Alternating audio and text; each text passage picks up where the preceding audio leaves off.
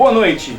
Nesta 8ª edição do Jornal Família Cristã, além de estarmos comemorando um ano desse projeto, criado pela equipe da família e abençoado por Deus, estamos homenageando neste mês o pastor João Marcos e sua família. Está no ar o Jornal Família Cristã.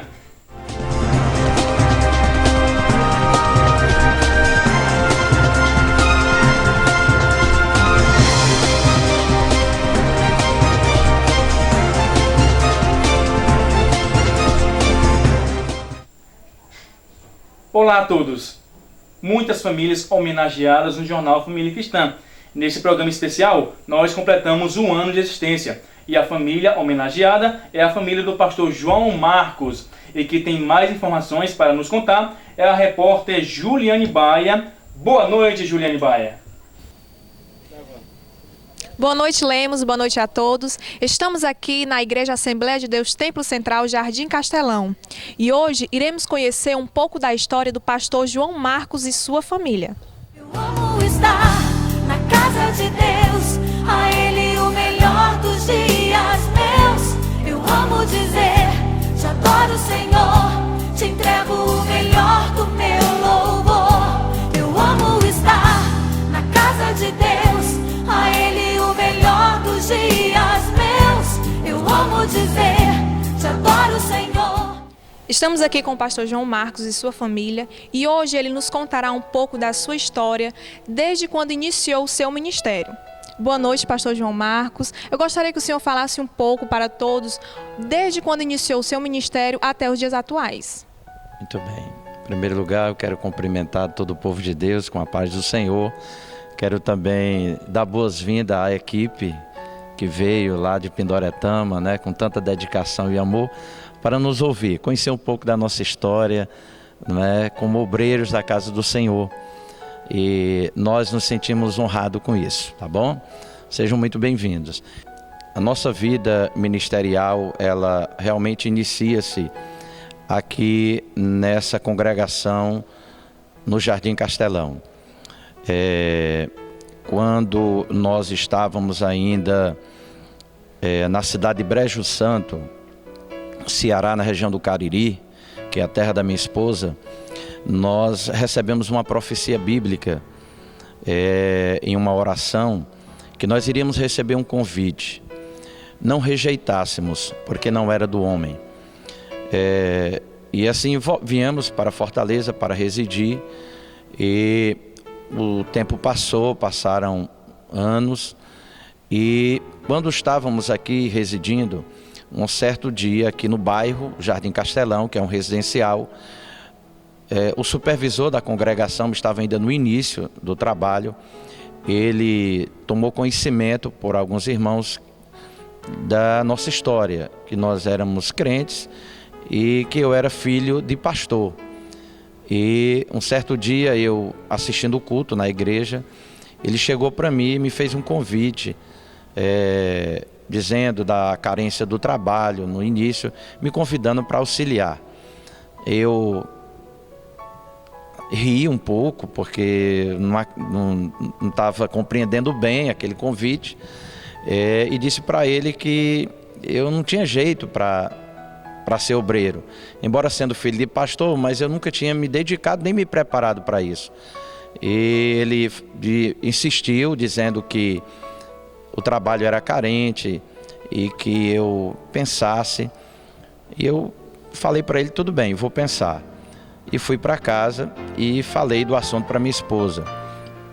Quando falei para ela, ela me lembrou dessa profecia que eu tinha ouvido há tempos passados, da qual eu já tinha esquecido. E ela me lembrou dessa profecia, e eu até relutei um pouco, mas será que é esse mesmo convite? Então eu entrei para o meu quarto e peguei a Bíblia e pedi a Deus para me falar, não é? Não é comum fazer isso, nós não ensinamos isso na igreja, mas foi uma particularidade minha com Deus. Abri a Bíblia no Evangelho de João e no capítulo 6, e Deus falou para mim o seguinte versículo, que eu não convinha somente trabalhar pelas coisas que perecem, mas pelas que permanecem. E quando eu recebi essa palavra de Deus, então saiu toda dúvida do meu coração e eu tive aquela confirmação. Em seguida, após, eu comuniquei isso ao nosso supervisor, na época, o irmão Fernando, era o nosso supervisor, hoje ele já dorme no Senhor. E assim iniciamos a nossa vida como obreiro, na casa do Senhor, um tanto acanhado, não é? Comecei sendo porteiro da casa do Senhor aqui, fui auxiliar da palavra, Deus foi nos abençoando, foi confirmando a nossa chamada a cada dia. Aqui eu fui separado para o diaconato da igreja, passei mais de 10 anos sendo diácono. Ainda como diácono, eu recebi o primeiro convite para assumir essa congregação em um dado momento de uma transição de um dos nossos supervisores. O convite veio da direção do nosso Tempo Central, do qual eu rejeitei. Falei, para o pastor na época que podia mandar qualquer irmão que eu estava para auxiliá-lo. E assim aconteceu. Em um segundo momento recebi um segundo convite, também disse não. E veio um outro supervisor, nosso amigo, e assim nós ficamos auxiliando também o segundo supervisor. Aí Deus nos fez um terceiro convite. Quando veio esse terceiro convite, no ano de 2001, Deus falou muito forte ao meu coração que era a última oportunidade, o último chamado. Então eu aceitei. Isso aconteceu, a minha posse aqui no dia 21 de julho de 2001. Assumimos a congregação do Jardim Castelão, da qual foi uma grande bênção para a minha vida ministerial. Aqui, meus irmãos, eu fui muito abençoado pelo Senhor. Então, quer dizer, a minha vida ministerial se resume aqui. É uma coisa que eu não tinha esse desejo, mas foi um chamado de Deus na minha vida. Como filho de pastor, a gente sabe da renúncia, a gente sabe que precisa se dedicar. E graças a Deus, Deus tem nos ajudado, tem nos honrado. E hoje, pela bondade de Deus, nós estamos onde estamos. E nós agradecemos muito a esta congregação, que foi uma grande bênção na nossa vida. Tem sido e vai continuar sendo. E hoje o Senhor tem nos colocado em outro trabalho, no qual os irmãos fazem parte, são membros daquela igreja, ali na cidade de Pindoretama, aquela abençoada igreja, e nós nos sentimos honrados por Deus, por estar servindo essa igreja hoje. Então a gente se conheceu na cidade de Brejo Santo, no ano de 1985, e tivemos assim alguns momentos de paquera, logo começamos a namorar. E o João Marcos viajou para São Paulo e eu fiquei esperando, como uma namorada fiel. E aí nos casamos, e tivemos 3 filhos. E eu quero compartilhar aqui sobre os milagres que aconteceu, dando ênfase ao culto doméstico, Nós temos que destacar que foi no culto doméstico. Não que Deus só faça milagres no culto doméstico, mas é o culto que agrada a Deus, é o culto do lar. Então eu quero falar desses 2 milagres. Primeiro foi o do Júnior, que ele tinha um problema de cansaço terrível. Inclusive o médico pediu para nós nos mudarmos aqui de Fortaleza e para alguma cidade do interior. E nós fomos à cidade de Paracuru por 2 meses e não tinha jeito, Só piorava. E nós resolvemos voltar. E uma certa vez a gente levou ele ao hospital e a doutora disse que se nós tivéssemos chegado 1 minuto depois, ele não teria escapado. E nós aí colocamos esse problema nas mãos do Senhor. E foi num culto doméstico desse que nós estávamos orando e ele acordou com uma ânsia de vômito muito forte. E aí, o pai dele levou ele ao banheiro e lá ele provocou uma coisa que nós não sabemos o que é, mas só sabemos que a partir daquele dia, nunca mais ele cansou. E nós sabemos que ele foi curado a partir daquele dia, E a Raquel, quando tinha 7 anos de idade, no primeiro dia de aula, no primeiro ano, ela levou uma pancada muito forte na cabeça.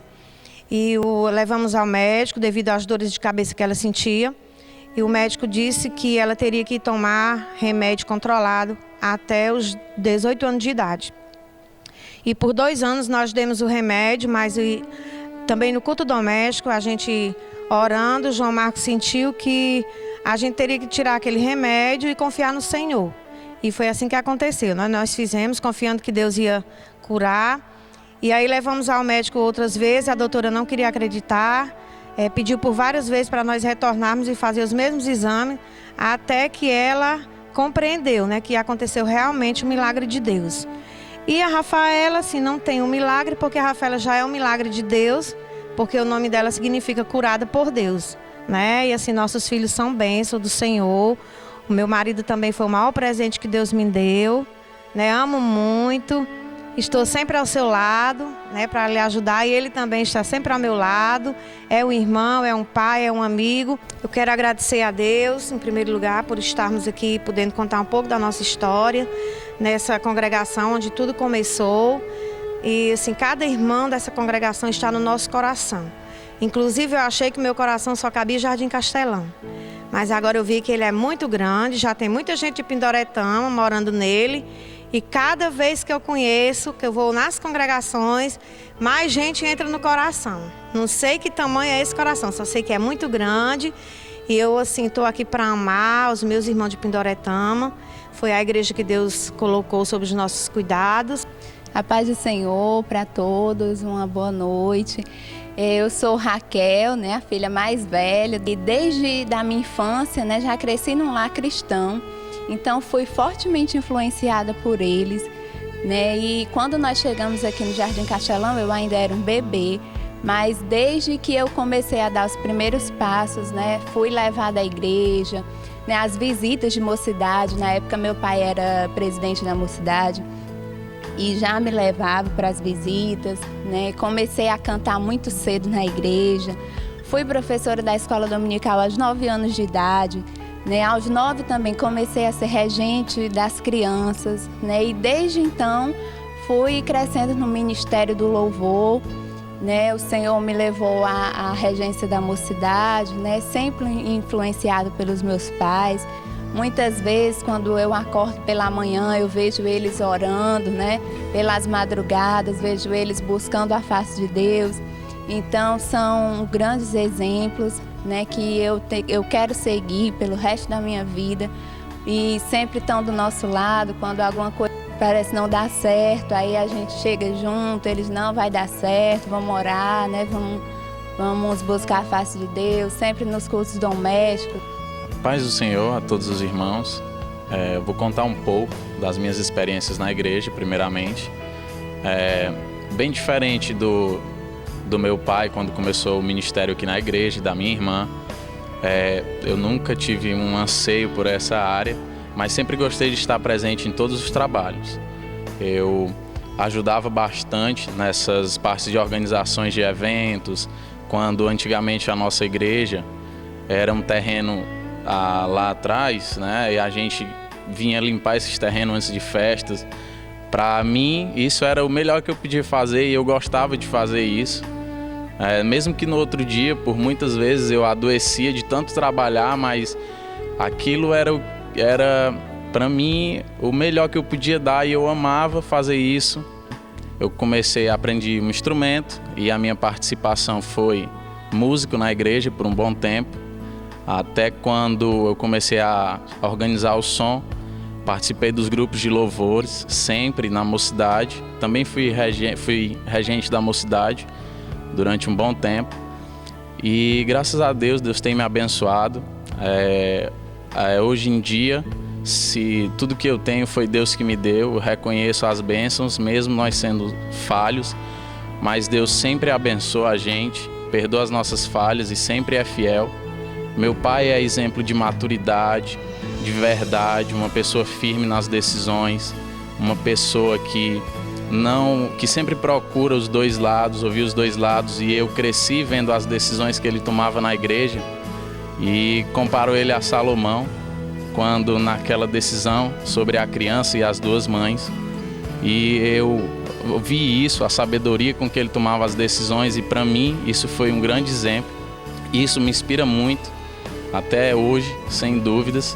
A minha mãe também um exemplo de pessoa que por muitas vezes, noites doentes, acordado e ela comigo. Sem dúvida a pessoa que eu mais amo no mundo e que vai sempre estar no meu coração.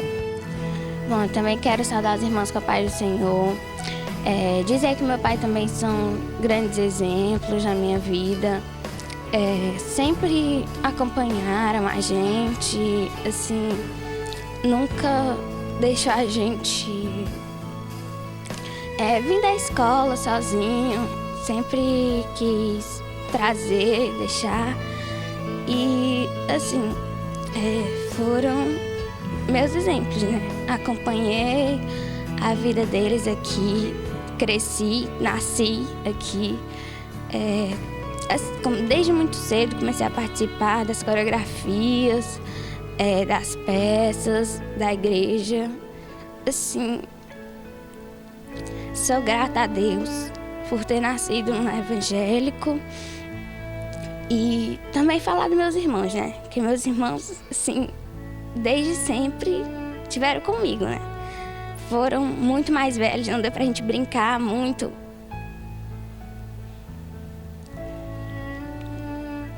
Eles, como meus pais, assim, considero meus segundos pais. Se um dia tivesse que sair da casa dos meus pais, com certeza ia morar com eles, porque amo demais, demais.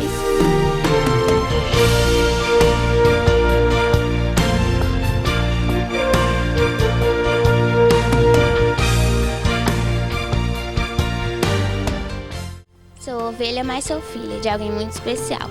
Além de ser meu pai, é meu guia espiritual. Sou feliz e agradecida ao nosso Criador, que me deu a alegria de ser filha do meu pastor. Como chamá-lo então? Pai ou pastor? O que importa é que reconheça o teu valor. Um dia perguntaram, quem é você? E eu respondi com muito orgulho, sou a filha do meu pastor. No nosso lar, pai, quero ser sempre boa filha. E na igreja, pastor, uma ovelha de valor.